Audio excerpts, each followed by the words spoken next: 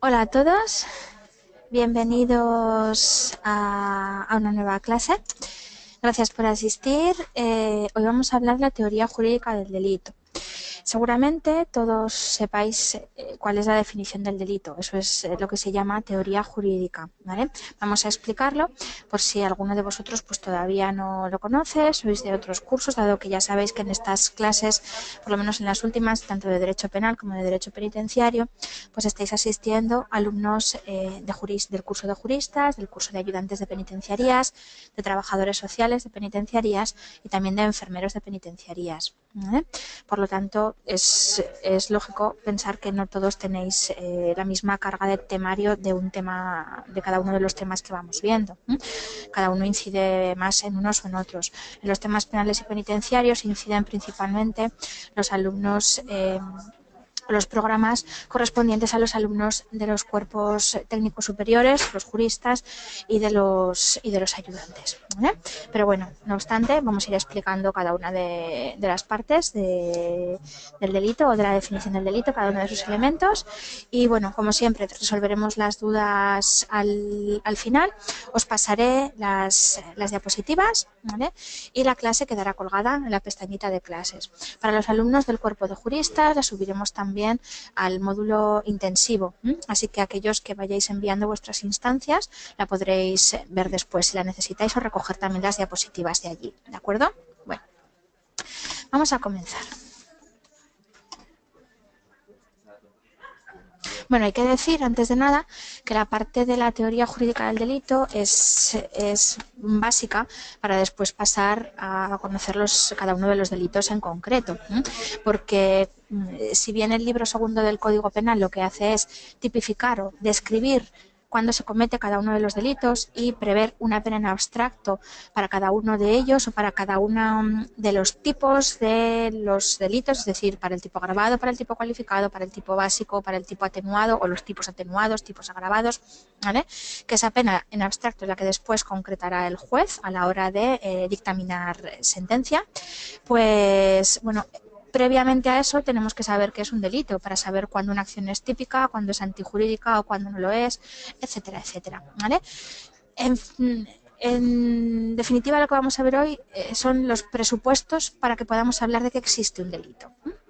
Bueno, la teoría jurídica del delito, por tanto, estudia los principios y elementos comunes a los delitos, que después serán distintos para cada uno de ellos en función de la tipificación que tengan, ¿vale? O quienes hayan participado en ellos, quienes los hayan cometido, si es un delito propio, si es un delito impropio.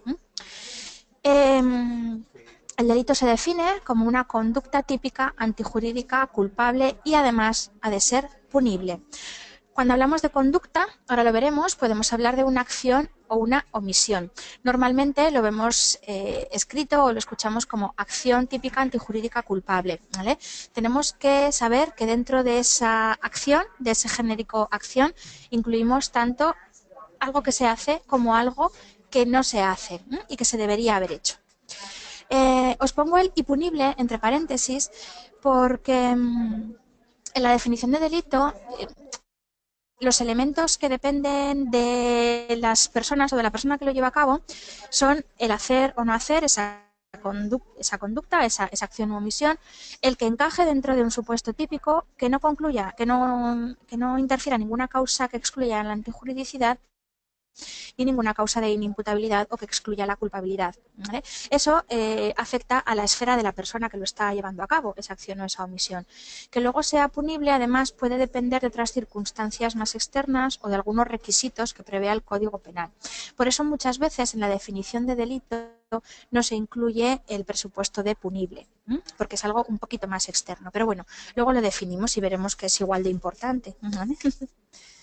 Bueno, la conducta es un proceso humano reflejado en el exterior, ¿vale? Como os adelantaba, puede ser una acción o una omisión. Por ejemplo, una acción, el que matare a otro. Una omisión, pues sería el caso en el que existiendo una obligación de hacer algo, no se lleve a cabo. Por ejemplo, estaríamos ante el supuesto de la omisión del deber de socorro. Nosotros estamos obligados a socorrer en determinados presupuestos y no lo hacemos. Por lo tanto, también eso entraría dentro del concepto global de conducta o del concepto global de acción. Las conductas que están tipificadas después en el Código Penal y que pueden desencadenar en la comisión de un delito se pueden llevar a cabo bien a través de dolo o bien a través de imprudencia. El dolo, que también puede ser de distintos tipos, no vamos a entrar en ello porque no todos necesitáis conocerlo y porque merece un tema o una clase aparte. El dolo implica el querer llevar a cabo esa acción o esa omisión. Es decir, el cometer un delito de forma intencionada. Yo quiero asesinar a una persona, ¿lo estoy llevando a cabo? Con dolo. Cuando es por imprudencia es porque me ha faltado ese cuidado objetivamente debido que exigen las normas penales. Nosotros cuando actuamos, cuando nos relacionamos, cuando hacemos cualquier cosa dentro del estado en el que vivimos, tenemos que actuar con cierta diligencia. Cuando esa diligencia falla, puede ser que cometamos un delito sin querer. Esa imprudencia puede ser grave, puede ser menos grave, puede ser leve. Eso es lo que se le llama la falta del cuidado objetivamente debido. Yo no he cumplido con las normas establecidas de cuidado y por lo tanto eso ha devengado en la comisión de un delito, ¿vale? Pero ya os digo, de forma imprudente. Obviamente, los delitos que se cometan por imprudencia tendrán una pena inferior a la señalada al delito cometido con dolo. La imprudencia, además, solo se castiga cuando así lo dice el Código Penal, ¿vale? No se tiene por qué castigar siempre. Hay conductas imprudentes que no se consideran lo suficientemente graves como para que sean sancionadas con una pena, ¿de acuerdo? A ver, me pregunta Roberto si estos elementos que forman parte del delito están recogidos en algún artículo concreto. A ver, el Código Penal no define tal cual como lo estamos haciendo ahora los elementos. La teoría jurídica es resultado tanto de lo que vemos en los primeros artículos del Código Penal, ¿vale?, como de estudios teóricos, elaboraciones empíricas de postulados doctrinales. Por lo tanto, tal cual no lo vas a tener recogido en ningún artículo. Lo que pasa es que estamos en el libro primero, estamos definiendo, ¿vale?, lo que es el delito, ¿vale? Pero no se nos dice las acciones o las omisiones son esto. Se nos dice, por ejemplo, la imprudencia será castigada cuando así lo diga cada uno de los artículos.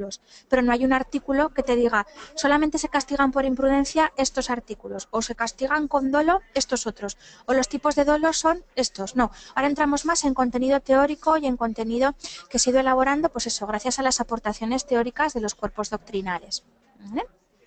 Pero sí que encontramos muchas alusiones a lo largo de, sobre todo, los primeros artículos del Código Penal, ¿de acuerdo?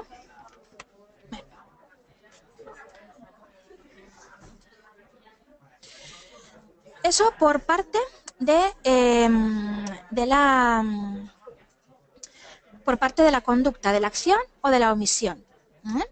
Cuando hablamos de tipicidad, hablamos a la descripción, es decir, esa conducta, acción o omisión que se ha llevado a cabo encaja en una norma penal. Si decimos hemos matado a otro, seguramente sí, porque ya sabemos que el derecho penal se encarga de sancionar conductas, las conductas más graves que atentan contra los bienes jurídicos de las personas, ¿vale? Pero puede ser que llevemos a cabo otro tipo de conducta, por ejemplo, cuando estamos conduciendo un vehículo a motor. Puede ser que encaje en una norma penal o puede ser que no encaje en una norma penal y sea una infracción administrativa, ¿vale? Si es un estacionamiento en una zona de carga y descarga, ¿vale?, fuera del horario que pueda estar permitido, será un ilícito administrativo. Nos impondrían una multa administrativa. Si ya es una conducción temeraria, sí que encajaría en una norma penal, ¿vale? Entonces, bueno, tenemos que saber acudir a esa tipificación, ¿vale? Se dice que los delitos están tipificados en el Código Penal, es decir, el Código Penal en su libro segundo nos dice cuáles son los delitos que existen. Como en el derecho penal uno de los principios más importantes, al igual que en el resto de los ordenamientos, existe el principio de legalidad, solamente serán delitos aquellos que estén previstos por la norma penal, ¿vale?, por el propio Código Penal. El juez no se puede inventar un delito, ni el juez ni nadie, ¿vale? Digo el juez porque es al que le corresponde enjuiciarlos. Tampoco puede inventarse las penas, ¿de acuerdo? Bueno, podemos hablar en este caso de que estén tipificadas o descritas normas de prohibición o normas de prescripción, ¿vale? Cuando sea una norma de prohibición, estaremos cometiendo un delito de comisión, ¿vale? Estoy haciendo algo, también relacionado con lo que decíamos antes de la acción o de la omisión. Un delito de comisión, ¿vale?, es aquel en el que hemos hecho algo que estaba prohibido por la norma. Cuando sea una norma de prescripción, ¿vale?, podríamos asociarlo a una norma de, pues eso, de cuidado, ¿vale? Algo que tengamos que, a lo que tengamos que prestar especial atención. Estaríamos, si no cumplimos con esa norma de prescripción, ante un delito de omisión. Bueno, vale. Me pregunta también Roberto, si preguntan por la definición según el Código Penal, eso es, tendremos que referirnos al artículo 10, que es el que hace la definición más genérica, ¿vale?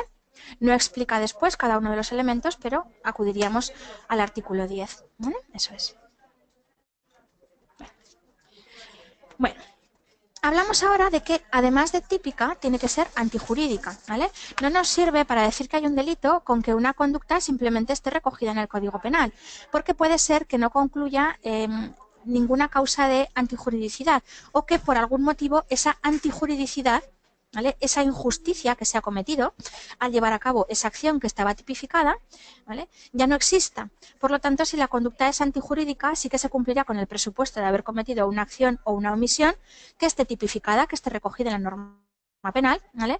Pero al haber algo que excluye la antijuridicidad, ya no podemos seguir adelante, ya no seguiríamos con la culpabilidad ni, por tanto, con la punibilidad.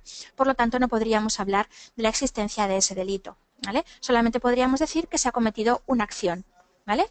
U omisión típica. Hemos matado a otro, ¿vale? Hemos llevado a cabo una acción tipificada, ¿vale? Podría estar tipificada como un homicidio, como un asesinato, dependiendo de los presupuestos que concurriesen después, ¿vale? Bueno, la antijuridicidad, como os digo, implica que la conducta ya típica, ¿vale?, es injusta, ¿vale? Hablamos de la gravedad de lo injusto, ¿vale?, de esa injusticia que se comete en relación a lo que un Estado social y democrático como el nuestro, y en este tiempo, en esta época, considera que es adecuado o no adecuado. Bueno, existen varias causas que eximen de la responsabilidad criminal en relación a la antijuridicidad. Es decir, hemos cometido la acción o la omisión que es típica, pero va a haber una serie de causas que nos digan, vale, pero es que no te podemos castigar. ¿Cuáles son?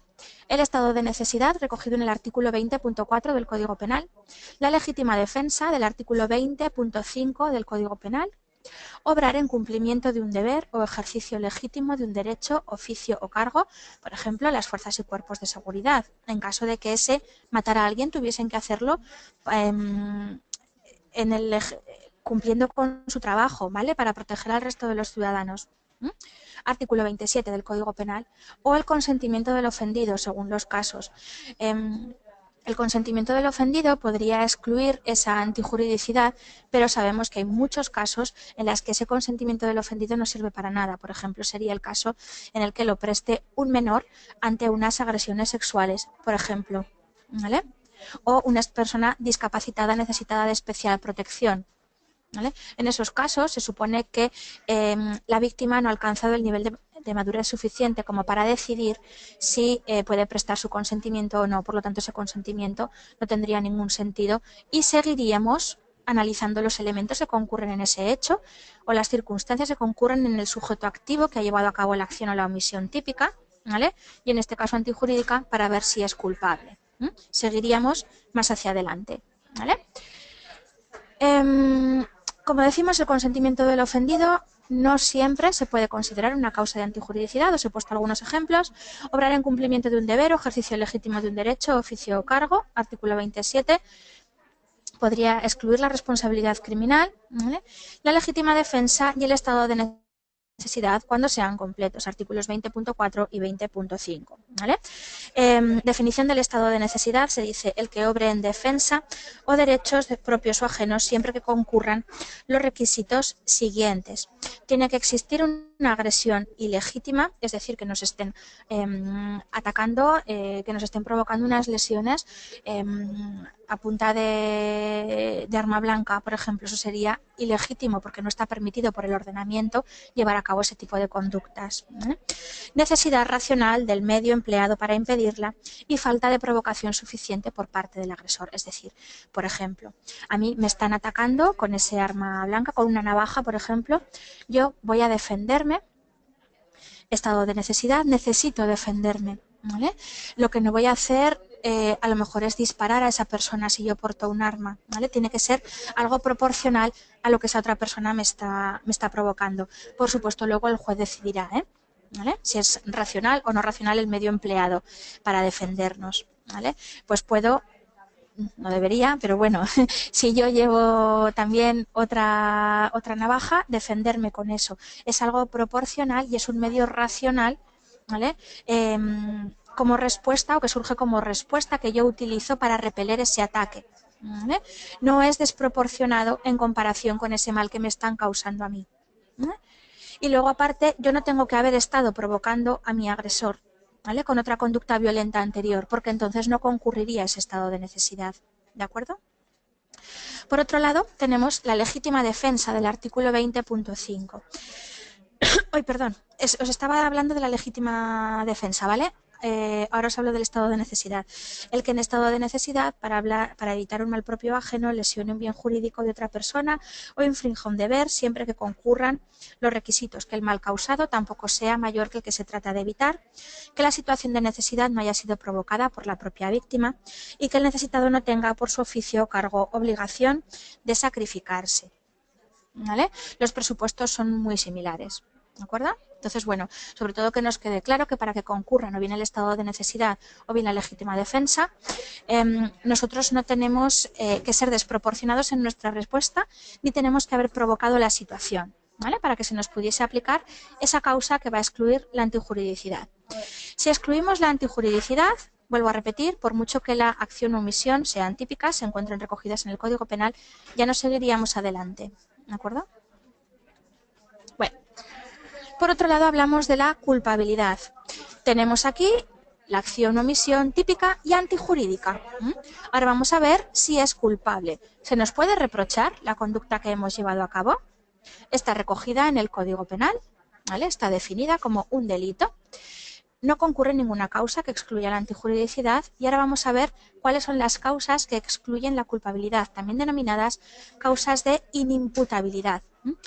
Tengo que decir que tanto respecto de las causas que excluyen la antijuridicidad como de las causas que excluyen la culpabilidad, la doctrina no llega a estar de acuerdo del todo. Veremos que algunas, como la minoría de edad, hay quienes la meten en el apartado de las causas que excluyen la antijuridicidad. Nosotros la hemos metido, siguiendo a la mayor parte de la doctrina, como causa que excluiría la culpabilidad. Y también hay quien dice que es un presupuesto para la punibilidad, ¿vale? Por eso, ya os digo, normalmente en las teorías penales podemos encontrar parámetros que, según la teoría que cojamos, según la doctrina de la que partamos o el libro que estemos consultando, ¿vale?, la veamos en un sitio o en otro, ¿vale? No pasa nada, no es que uno esté peor que otros, ni va a ser normal que os pregunten por ello, ¿vale? Pero que sepáis que la mayor parte de la doctrina la considera como una causa que podría excluir la culpabilidad, ¿vale? La minoría de edad.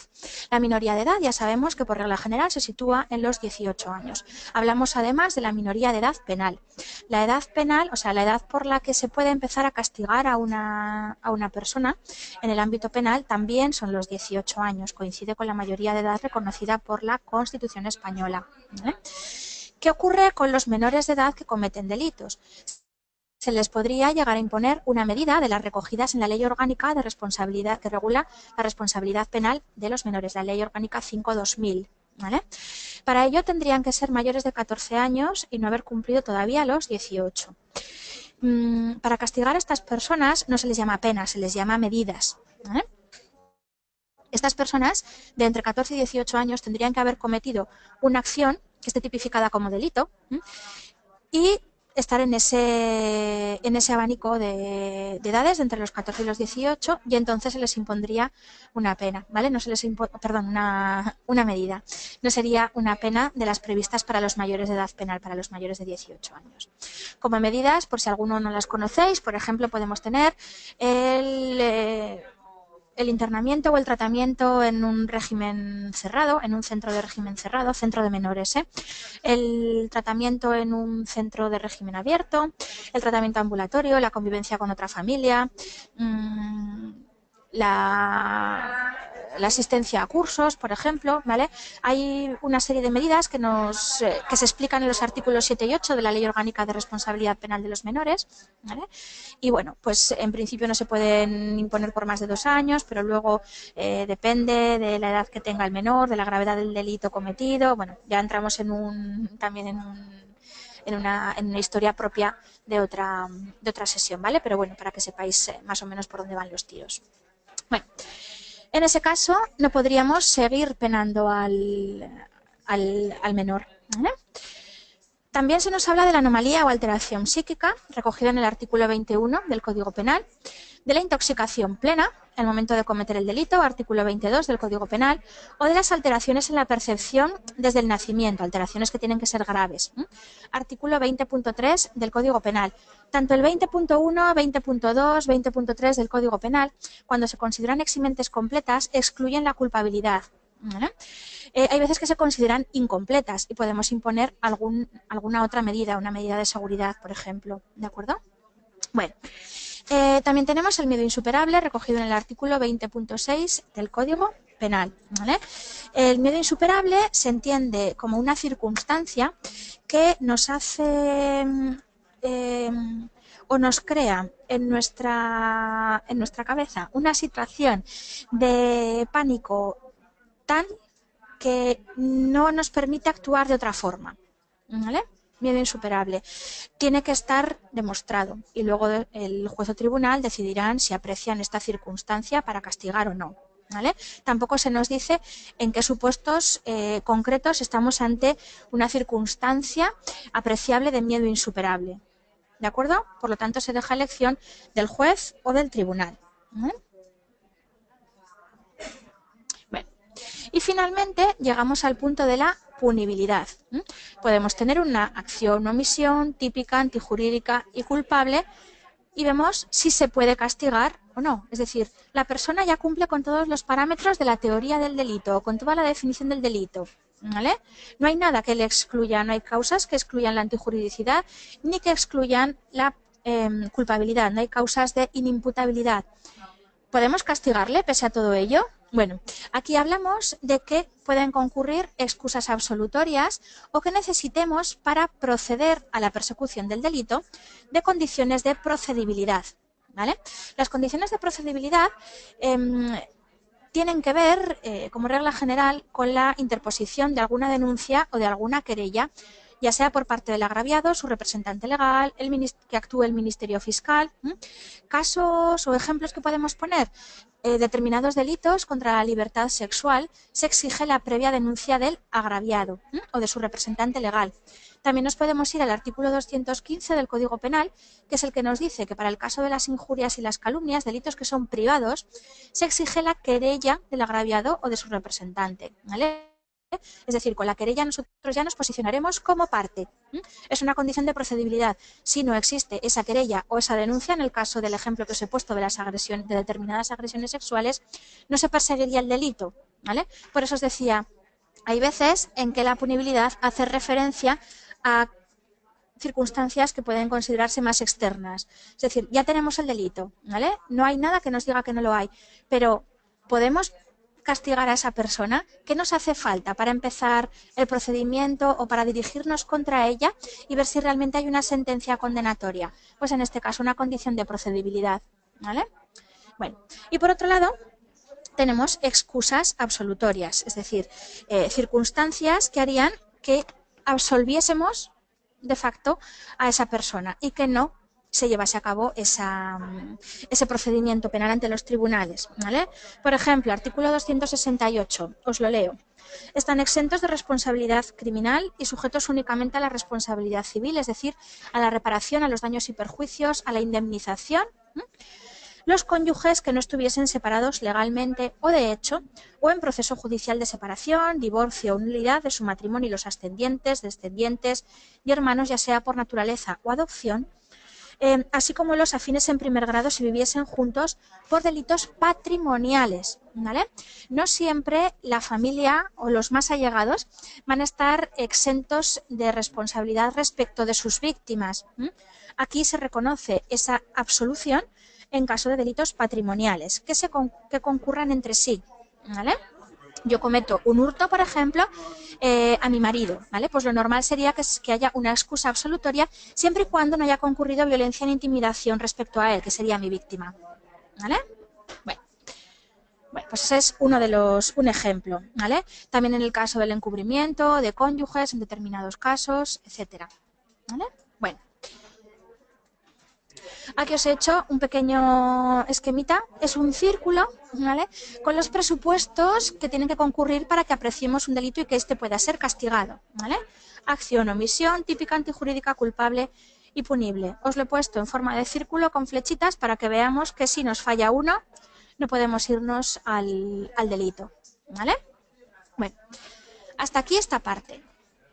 Quería hablar también un poquito de los sistemas teóricos, ya que estamos diciendo que depende del cuerpo doctrinal al que sigamos. Hoy en día la doctrina está mucho más unificada que antes, Pues bueno, podemos encontrarnos, por ejemplo, con que alguno de los elementos del delito en sus ítems, ¿vale?, pues bueno, difiere de otro, ¿vale? No hay respuestas ni verdades absolutas. Vale. Podemos apreciar que hay algunas que son más acertadas que otras, evidentemente, y esas son las que nosotros intentamos seguir, ¿vale? Pero por eso se ha avisado de que, ojo, a lo mejor tenéis encima de la mesa algún manual que pueda diferir en algún punto, ¿vale? Es totalmente normal, no solamente en derecho penal, en todas las ciencias o disciplinas. Bueno, los sistemas teóricos en derecho penal surgieron, igual que en el resto de ciencias, por la necesidad de comprender aquello sobre lo que estaban discutiendo, ¿vale? En este caso, por la necesidad de comprender el delito. Supusieron el nacimiento de la dogmática penal y aparecieron a finales del siglo XIX y siguen vigentes en la actualidad. Todavía hoy podemos encontrar, y espero que sigamos encontrando, cuando buscamos, no sé, algún concepto, alguna definición, artículos, ¿vale?, de doctrina sobre derecho penal. Bueno, podemos hablar del sistema causalista, ¿vale? Vamos a ver a grandes rasgos los cuerpos doctrinales. Del sistema causalista, que es el primero que surgió, y su representante era o fue Franz von Liszt. Él nos decía que la acción es lo que causa el delito. La acción implicaba para estos teóricos un movimiento corporal voluntario que tenía una consecuencia. Hacemos hincapié en el voluntario, por lo tanto, ¿qué apreciaba? El dolo, ¿vale? Aquí no se dejaba nada a la imprudencia, ¿vale? Ninguna acción que después diese como resultado un delito podía ser imprudente. Partían de que siempre que había un delito iba a existir un dolo, ¿vale? Era su principal premisa. Y ese movimiento corporal voluntario tenía una consecuencia que modificaba el orden establecido, ¿vale? Al cometer esa acción, por ejemplo, el causar la muerte a otra persona, se modificaba el orden establecido, principalmente el de esa víctima y el de su círculo. Para atribuir culpabilidad solamente debía ser comprobada la causa. Una persona siempre era culpable cuando de su acción se desprendiese una causa, ¿vale? Yo he dado muerte a esta persona, ¿cuál es la causa? El movimiento que yo he llevado a cabo de forma voluntaria. Existían unas fases internas y unas fases externas, cosa que también se puede ver hoy día. Las fases internas hablaban solamente del dolo y la culpabilidad. Hay que decir que hoy día, cuando hablamos de fase interna, también hablamos de dolo, porque si estamos diciendo que es el querer, ¿vale?, nosotros pensamos que queremos llevar a cabo un delito, fase interna. Cuando ocurre por imprudencia, esa fase interna desaparece, o por lo menos tiende a desaparecer, ¿vale? Porque no podemos decir, hoy voy a llevar a cabo una acción imprudente. Si ya la estamos previendo, ya existe cierto dolo. Hablaríamos del dolo eventual, por ejemplo, ¿vale? No es que queramos, en el dolo eventual, no es que queramos que ocurra la conducta, pero el resultado, pero lo contemplamos como posible. Y pese a ello, seguimos realizando la acción, ¿vale? Yo estoy tirando piedras al río, Veo que pasan unos patos, yo sé que no puedo causar malos tratos ni lesiones a los animales porque ahora ya está recogido como delito, ¿vale? Podrá ser leve o menos grave en función de la acción que se haya llevado a cabo. Yo sé que puedo causarles un daño, ¿vale? No es lo que yo quiero hacer, el causarle daño a un pato o a un cisne en el cuello, por ejemplo, sin ningún tipo de maltrato, pero no quiero dejar de seguir jugando a tirar piedras. Contemplo el resultado, no se quiera que se produzca, pero no por eso yo voy a dejar de tirar piedras, ¿vale? Eso sería el dolo eventual, explicado con un ejemplo. Bueno, como os decía, las fases internas van a comprender el querer llevar a cabo algo. Dolo y culpabilidad, y para el sistema causalista esto estaba fuera del tipo, ¿vale? No entraba en la descripción el dolo. Comprendía la fase interna, la ideación, la deliberación y la resolución de querer cometer algo, ¿vale? Las fases externas eran la manifestación de esa fase interna. Ya hablaban de tipicidad y antijuridicidad. Exteriorizábamos nuestro pensamiento, nos preparábamos, ejecutábamos. ¿De acuerdo? Bueno. El sistema finalista, que aparece ya a mediados del siglo XX, encabezado por Hans Welsel, nos dice que la acción tiene carácter final. El hombre puede prever las consecuencias de su acción, por lo tanto puede dirigir sus actos. El dolo y la culpa pertenecen a la tipicidad. En el caso de los causalistas, el dolo, esa fase interna, no entraba dentro de la tipicidad, ¿vale? Quienes estéis menos acostumbrados a estas teorías penales estaréis diciendo: no entiendo nada, no pasa nada, simplemente tenemos que saber que existen varios sistemas teóricos y en que difieren unos y otros, ¿vale? A veces es un poco complicado llegar a entender todo el entramado. Lo que están haciendo estos sistemas es intentar entender el delito. Al principio los medios de los que disponían eran muy precarios, ahora ya tenemos estadísticas, tenemos las fuerzas y cuerpos de seguridad, que son muy importantes en el derecho penal, tenemos el derecho procesal, tenemos la criminología, ¿vale? Hay muchos más mecanismos que nos permiten entender el delito, pero antes tenían que hablar de el dolo, de la conducta, de la causa, de las acciones volitivas, de lo que nosotros pensábamos, porque no tenían mucho más en lo que apoyarse, ¿vale? En los inicios del derecho penal. Es por eso, por lo que a la vez que muy arcaicas las definiciones o muy espartanas, muy básicas, son como un poco, no las vemos apoyadas en nada, ¿vale? Simplemente son teorías. Aquí se nos dice que la antijuridicidad está formada por elementos objetivos y por elementos subjetivos. Finalmente, vemos las diferencias entre el sistema causalista y el finalista en relación al concepto de delito, ¿vale? Tipicidad, antijuridicidad, culpabilidad y finalmente el que se pueda imputar a una persona. Para el sistema causalista, la tipicidad solamente describe, no valora, ¿vale? Es delito causar la muerte. Para el sistema finalista hemos dicho que el dolo también formaba parte de esa tipicidad y por lo tanto también la culpa, porque lo normal será que si una conducta es dolosa, lo normal es que sea culpable, no siempre tiene por qué, ¿vale? En cuanto a la antijuridicidad, el sistema causalista nos dice que la antijuridicidad es un aspecto objetivo del delito. Los finalistas nos dicen que contiene tanto elementos objetivos como subjetivos. Démonos cuenta que los finalistas están metiendo el dolo, que es un elemento completamente subjetivo, ¿vale?, dentro del tipo. Por lo tanto, es lógico que digan que la antijuridicidad parte de elementos también subjetivos, al contrario que los causalistas. El elemento objetivo, ese dolo, no lo meten dentro del tipo, ¿vale? Por lo tanto, no sería lógico que la antijuridicidad partiese del elemento subjetivo, porque no formaría parte de la descripción del código o de la compilación o de la norma penal que existiese en cada momento. La culpabilidad para los causalistas es un aspecto subjetivo, por lo tanto será un reproche a ese querer hacer que ha llevado a cabo la persona, ¿vale? Dirán, vale, ha cometido una acción típica y antijurídica, que es lo que vemos manifestado, la muerte de una persona. ¿Quería hacerlo?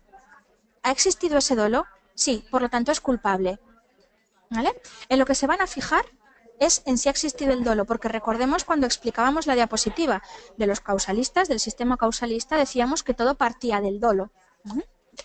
Los finalistas dicen que la culpabilidad es un reproche por la realización de la conducta típica y antijurídica. Los finalistas van hilando más la definición de delito, como vemos, ¿vale? Al igual que hacemos nosotros. Los causalistas la hilan menos. Por un lado, dicen, uy, ha habido un asesinato, por ejemplo, o se han causado unas lesiones, un aborto no consentido. Vale, tenemos los presupuestos de tipicidad y de antijuridicidad. Vemos que el resultado está ahí, lo objetivo. Vamos a ver a la persona, es como si retrocediesen, ¿vale? ¿Esa persona quería hacerlo? Vale, es culpable. Los otros dicen, tenemos una acción típica, antijurídica, no concurre ninguna causa que excluya la antijuridicidad, vemos que era típica y antijurídica y además contemplábamos ya el dolo desde el principio, vamos a continuar a ver si le podemos castigar. Y se nos dice en los causalistas que la imputabilidad es un presupuesto previo para considerar el delito.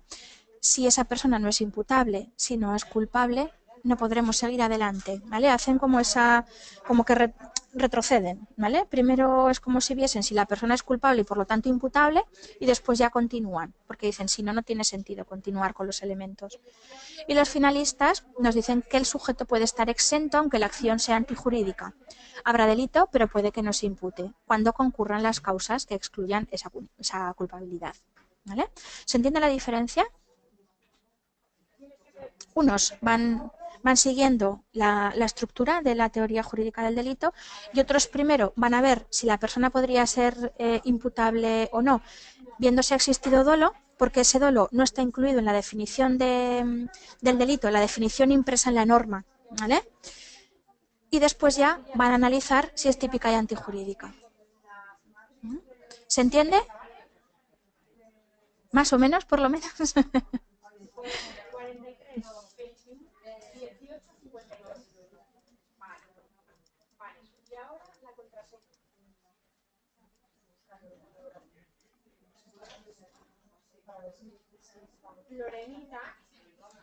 ¿Vale? Ya os digo, no entramos más porque como sé que no todos necesitáis conocer, ¿vale? Y los que necesitáis conocerlas, esto es lo que tenéis que estudiar, ¿eh? Y lo que tenéis en el tema.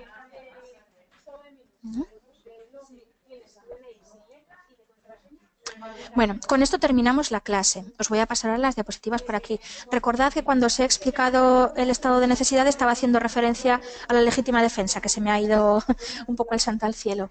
¿Vale? Cambiamos el 24 por el 25. Vale, ahora miraremos a ver si... Vamos a ver si hay alguna duda más. Vale, ahora veo que me decía Belén que el 24 era legítima. Sí, eso, lo que os estaba diciendo, ¿vale? He cambiado el 4 por el 5. No me he dado cuenta, ha sido un error al ponerlo, ¿vale? Pero gracias por avisar, por si... Vale, me decía Roberto si estas son las causas de justificación. Eso es, me imagino que te refieres a las causas que excluyen la antijuridicidad. También se llaman causas de justificación, ¿vale? También pueden llamarse así. Vale, vale, vale. Vale, gracias Belén por avisarme. Si no lo había visto, ¿vale? Que me decías que el 24 y el 25 estaban alterados, pero bueno, gracias.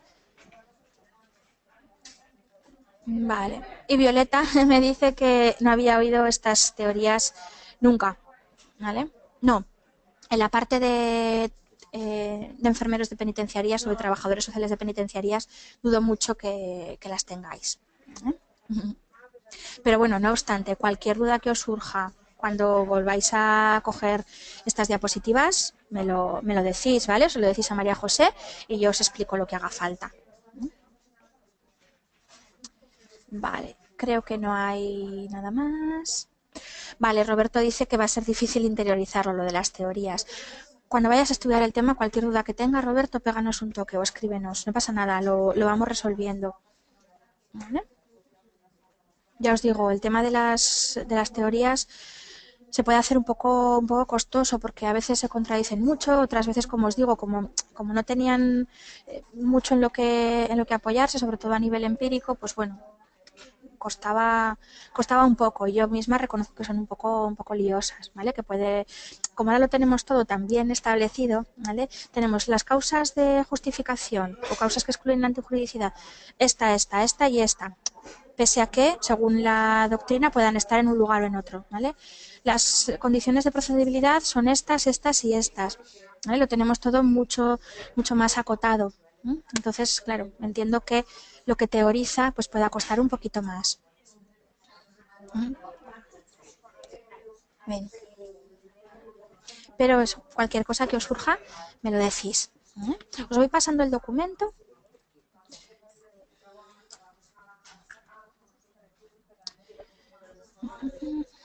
A ver.